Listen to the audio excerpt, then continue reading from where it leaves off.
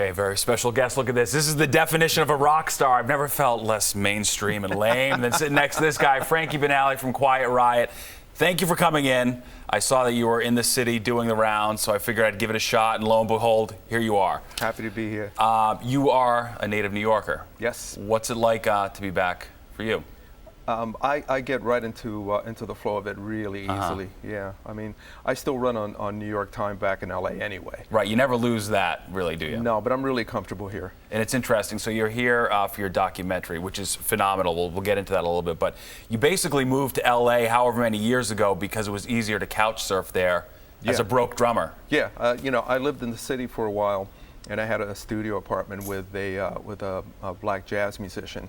And the superintendent would only turn the heat on for an hour a day. Right. So our schedule was built around being there for that 1 hour a day, so we can put our wet sneakers on top of the heater, so they would dry off. Yeah. So. Right, and doing all those gigs, it's just easier to be in the sunshine. LA was a lot better. Now, where did you grow up? And I'm always fascinated, particularly by drummers. Like, your parents let you drum in your apartment growing up? Yeah, basically what happened is when I decided I wanted to play drums, my parents made a deal with me that if I took lessons for a year in Astoria at a place called DeBellis School of Music, they would buy me a real drum set. Okay. And a year to the day, I went in and collected. And how old were you then when you first became interested? 14. Oh, no kidding. Yeah, before that, I loved playing hockey, and I was a goalie. Sure. And my whole life was hockey, and I traded the stick for drumsticks. And what was the thing? Was it like the Rolling Stones or something? What triggered the interest in music? The Beatles on Ed Sullivan. Beatles, yeah. For my age, it was the Beatles on Ed Sullivan that started it. And my dad listened to a lot of big band and swing, and he's the one that turned me on to Buddy Rich. So I was listening to those kind of records at the same time. So it was always a lot of music in the house. And the thing I think that's very interesting about, so the Quiet Riot story is, and the big part of the movie is there's been a million different iterations of the band. We've had different singers, different drummers, and there were versions of Quiet Riot before you. Correct. But the version that we all know and love is the Mental Health 1983 lineup. You, Kevin DuBrow, Rudy Sarzo, and Carlos Cavazo, of course. Right. That's the version we know. There were so many years though before that, and I think that's what's lost in our modern time. Is you sort of go on a show that's like an American Idol type show where you try to fast forward through all the years of slogging out the gigs and all of that. Right. And I mean, do you think in any way that is why the music industry is in the state it is as well? I mean, obviously there's a technological angle to it, but have we lost the core of just playing in bands and terrible bands and getting better? Well, being in a band should be something that's organic. It should not be something that's corporate or you put it in the microwave and it's done in 30 seconds. You got to bake it for a number of years. I'm really grateful that living in New York, and then I was living in Chicago for a while. When you were in a bar band, you did 4, 5, and 6 sets a night of cover songs. So you had to learn a huge variety of music by a huge variety of artists and styles. That's a lost art. Nobody does that anymore. They wake up on Monday, they decide that this is the kind of music that they like and this is the kind of music they're going to do, and by Friday it's on American Idol and sink or swim. Right. I mean, so you're basically a big proponent with the whole Gladwell. You got to put in your 10,000 hours. You got to do the time. I mean, look at it this way: a surgeon doesn't become a surgeon in 1 year. Any professional does not become at the top of their game in 1 year. It takes time. Absolutely. And it's interesting. All right, the surgeon, there's our segue for that. So another fascinating element is you're in the band with Kevin DuBrow, who is your best friend. And that's a whole part of, basically the point of the movie is that in 2003? 2007, Kevin passes away. Right. And it sort of throws your whole future into doubt because the deal was you guys were going to be in Quiet Riot until you were old men. You're going to go really out really old men, right? And it's taken from you, and the movie documents where do you go from there? Right. And it's been tough. Yeah, it's not been an easy. First of all, losing Kevin is something that's always with me. And so it was not an easy decision to make, to decide to move forward. And for a long time you resisted that. 3 years. I mean, I was seriously in a coma for 3 years. I didn't do anything. I had no interest in anything at all. But it's been a struggle, but it's working out. Yeah, and it is interesting. Does it bum you out? You touched on this with Eddie Trunk a little bit yesterday, but a lot of the big bands that we probably all love, they don't really like each other. There's probably not a lot of interaction on any band that you've seen at Madison Square Garden that's been around for a while. They probably travel separately. And the bummer is you and Kevin were actually great friends. Yeah. And you don't have that. Is that sort of disappointing or upsetting to you that you had the hard thing, you had the success, you had the relationship, and then? Yeah, on one side of the coin, I've got great memories of all the things that Kevin and I achieved, and a lot of the things that we did together. At the same time, I'm at that age now where I'm never going to be able to develop. That friendship developed over 27 years, and it continued to grow all the way to the end. I'm not going to have the luxury of being able to do that again with anyone else. Yeah. So, it's a huge loss. Is that part of the conflict too, though? I think any band that becomes successful, usually the guys are together and in the group by early 20s. I mean, is it just unnatural to expect that a relationship's going to last 30 years with guys you knew so young? Is that sort of one of the big issues why it all goes wrong? Yeah, life expectancy in a band is 1 to 5 years. Whether they're successful or not, and the fact that we had such a long run with Kevin was amazing. The other thing that's interesting is usually you have like the lead singer and the guitar player, usually the ones that are paired together as friends. In this situation was Kevin and I. That has a lot to do with the fact that I started playing with Kevin in 1980, which was 2 years before we recorded Metal Health and the year before Metal Health was released. So, we were in the trenches all the way from the very beginning of what became the Metal Health band. Right, and I mean, so you moved to LA in the 70s. To me, you were basically just at the peak of like the hardest partying, most out of control era, Sunset Strip, early 80s. You were the first band to sort of carry that flag that led the way from Otley and all that sort of stuff. What's the craziest thing you ever encountered, whether it was on tour with you guys, with another band, because you would do shows with Van Halen, the US Festival. I mean, the things you must have seen, I can't even imagine. Well, let me put it to you this way. When we were offered to do the US Festival, we had a very short fuse from the time we knew about it. And we were playing in Philadelphia. So we had to fly to the West Coast to do it. And I remember checking into the hotel, and the first person I run into in the hotel hallway is Alex Van Halen and his tech Greg, who insisted that I go drinking with them. I stopped drinking that evening about 5 o'clock in the morning. The day of your gig, Went to bed, got my 4 or 5 hours of sleep, and was on stage in front of 375,000 people at 11:30. They continued through the rest of the night and the day, which eventually, when they finally went on stage, they went on stage, I think 2 hours late, and it wasn't a great performance. Well, if you actually Google that show, you can tell they kept going the whole time, especially David Lee Roth. It's just crazy, because you guys went out like in the middle of the day. Your bright sunlight. First band. Right, you kicked off that festival. I mean, it's so hard too. I mean, what's it like to, do you have a moment when you're on stage looking at all these hundreds of thousands of people, like, I better take this in because I don't know this is going to last forever, or do you think this is just my life and I get to do this forever here forward? With me, it's really interesting because when I'm at the side of the stage and I'm seeing all of this, I'm taking it all in, I'm saying, this is huge, this is major. As soon as I sit behind the drums, all of that kind of disappears because I'm there to do the best I can possibly do. So I'm unaffected by it. I don't get nervous by it, I get nervous after the fact. It's like, holy cow, look what we just did. Right. But when it's happening, it's I'm down to business. And that day specifically, like, did you stay and watch the acts, or how did that work? Did you stick around? No, we had to leave right after the show and get back to the East Coast. Actually, we weren't. We went to the East Coast after the show. We were actually in El Paso, Texas, before the US Festival, because we played literally a dust bowl. And we were covered in mud because of the sweat and the dust. Oh, wow. And we had to go in our stage clothes straight to the airport. It's incredible. So helter-skelter back then. Oh, yeah. It's amazing. It's great. Yeah, right. It's the greatest stuff. And, you're obviously, I think what comes through in the film is that you're very humble and you're accessible to your fans. You like to interact with people. How does that jibe with sort of the social media era we're in, where everyone has a phone?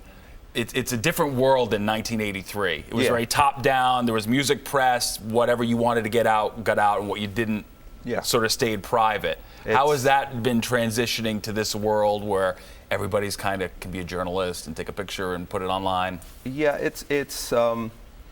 it keeps you honest. It keeps you honest in that you can do a performance. And I mean, I can tell you that we've done a show, and when I get back to the hotel room, I've got an alert on my email, and I go, and it's already on YouTube. Right. So it keeps you on your toes. Are you glad you missed that whole thing? And back when you were doing it for real, you know, in the early '80s, that didn't exist. Yeah, because it seems more fun. It was like Pirates. Right. You know, it was like, you know, the tour bus was the ship, and we'd roll into town, and it was rape and pillage. Right. And it was great. Yeah. And you got away with a lot. Right. I mean, because nobody could track you down. There were no cell phones. You know, early versions of fax. Yeah. You know, so you get on a tour bus. Now you're on a tour bus, and you've got, you know, satellite TV, and you have your cell phones, and you can go online and all that. Back then, you had the bar. Right. That was it. You had nothing else. Nobody could call you. You could call no one till you got to the hotel. So would you be like in relationships back in the day? Would you be like, okay, I'm going on tour. I'll talk to you in a month? Every time I went on tour, I didn't have a girlfriend. Okay, smart. So it just kind of made it easy. You know what I mean? There was no guilt factor. There was no responsibility. Yeah. You know, the only responsibility I had was to my cats. You know, I always made sure my cats were taken care of. And you're still an animal lover now. I know that's something you are involved in now. Rescue cats, animals, and things like that. It's interesting. There's such a side to you that if you saw you, I don't think you would assume was there. Yeah. You're a responsible dad, and you know, the cat lover, the whole thing. You like to cook? Oh, I love to cook. Yeah. Yeah. What's your thing? Anything. Yep. Yeah, and I like a lot of different fusions in style, just to make it interesting. Yeah. And I did want to get back to the so this was, I think, something that as people find out, it's very fascinating. The idea that Kevin DuBrow and his brother Terry DuBrow, who is a famous plastic surgeon, has his own shows. His wife's a Real Housewife of California, Orange County. Yeah. The moment I found out, which was through your documentary, that these two were brothers, it flipped my mind. I absolutely couldn't believe it. And like, I've been thinking about it a lot. I mean, what are the odds of two people? Because Kevin was a genius frontman. Right. He absolutely a brilliant rock lead singer. Yeah. And his brother's a surgeon. They're such different things, but there's clearly some sort of unifying. I don't know, is it emotional intelligence, intelligence? Where does that come from? How do you process that? It comes from their mother. You know, she's great. She raised two great kids. They drove her crazy, and they were very different. But Laura raised two great kids, you know, and two very intelligent kids. And you know, it's like Kevin succeeded in doing what he wanted to be. He always wanted to be a rock star, and that he was. And his brother is a top-class surgeon.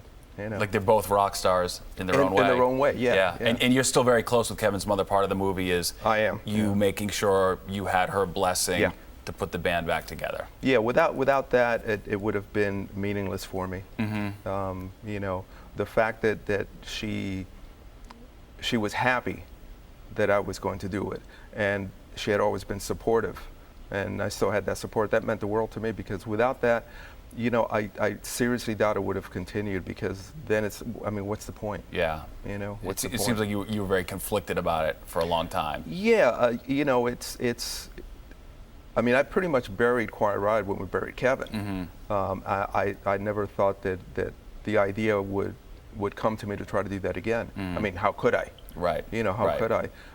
But in time, I came to realize and be able to put in perspective and separate the loss of Kevin with the love that I have for Quiet Riot. Right. You know, it did seem until not that long ago that the lead singer did sort of hold all the cards. There weren't really any examples of bands that successfully replaced the lead singer. But then Journey found that guy in Manila, who's incredible. Foreigner. AC/DC is the biggest example. Oh, AC, of course, right, sure. Yeah. But that's almost like two separate bands. Those were both incredible, different bands. You know what I mean? That's still unbelievable that they were able ever to get a second singer like that. But did that sort of trigger your thought process? Like, well, they're doing it. It's maybe the songs more than just you know? No, that really had nothing to do with it. I mean, I've always been a survivor. And the one thing that really knocked me into the ground was the loss of Kevin. But somehow I managed to, you know, pull myself out of that and decide to move forward. The other advantage I've had too is that in 1993, Kevin and the band asked me to manage the band. So I already had a good background in how things ran with the band. In other words, if I had come up with the idea of wanting to put the band back together, but didn't have the business knowledge and all of that already in place from 20 some odd years of doing it would have been more difficult. But at the same time, it's daunting because I had to put the band together on a musical level, but I also had to put the band together on a business level and build everything up again. Right. It's interesting. When I watch it too, I feel like from the press I've seen you do, you kind of beat yourself up a little bit about your treatment of the lead singers that didn't work out. But from my perspective, I actually thought you were very fair with them, because it must be incredibly terrible. The Quiet Riot is who you are. Right. For you to get a new singer, go through it, and it doesn't work out the way you know it should, I think to even be able to articulate to someone to say, listen, this is what you did wrong, I think that's pretty remarkable in and of itself. Yeah, I didn't hire either of those guys to have them fail. I mean, that doesn't make any sense. But at the same time, if I was going to do Quiet Riot again, it had to be legitimately Quiet Riot. There's certain things that needed to happen.